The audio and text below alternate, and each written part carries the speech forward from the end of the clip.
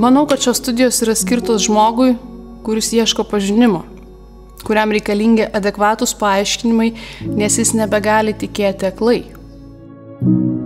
Studijos skirtos žmogui, kuris nori daugiau. Gilesnio supratimo, pažinimo, ieškančiam žmogui. Žmogui, kuris atrodytų turi pakankamai, tačiau vis tiek kažko trūksta. Šios studijos skirtos žmogui, kuris nebijo keistis ir netgi savotiškai yra pribrendęs pokyčiams. Tai didelė pagalba atskirti įvairias manipulacijas, kurių dabar tiesiog apstu. Neturint bent jau bazinių žinių, tai padaryti labai sunku. Sakyčiau, gal net ir neįmanoma. Nežinojimas suteikia sąmoningumą, o tai motyvuoja žmogų keistis ir įveikti savo nesupratimą. Visų pirma, tai suformavo labai rimtą ir atsakingą požiūrį į ezoteriką, į okultinius mokslus, savęs ir Dievo pažinimą.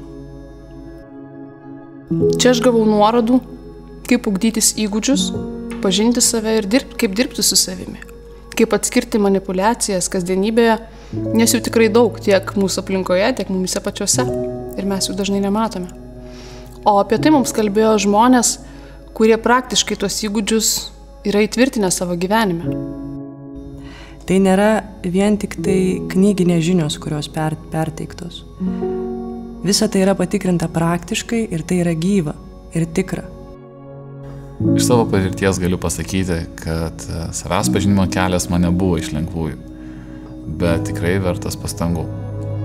Padeda pasitempti, pamatyti ir apsitvarkyti probleminės vietas.